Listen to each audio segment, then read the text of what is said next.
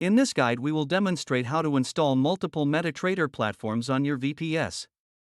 This process will work for both MT4 and MT5. As you can see, we have one IC Markets MT4 installed on the VPS, and we want to install a second one.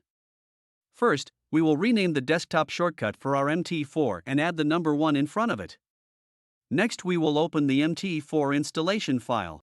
First, we will click on the Settings button.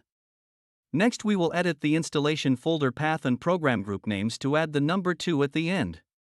We will then click the Next button and complete the installation. When the installation process is completed, you can find the new shortcut file on the desktop. Rename this shortcut to have the number 2 in front of it. When the installation process is completed, you can find the new shortcut file on the desktop. That's all. As you can see, our VPS now has 2 separate MT4 installations. You may repeat the process for as many MetaTrader installations as you need. Don't forget to make sure that each installation has its own unique number.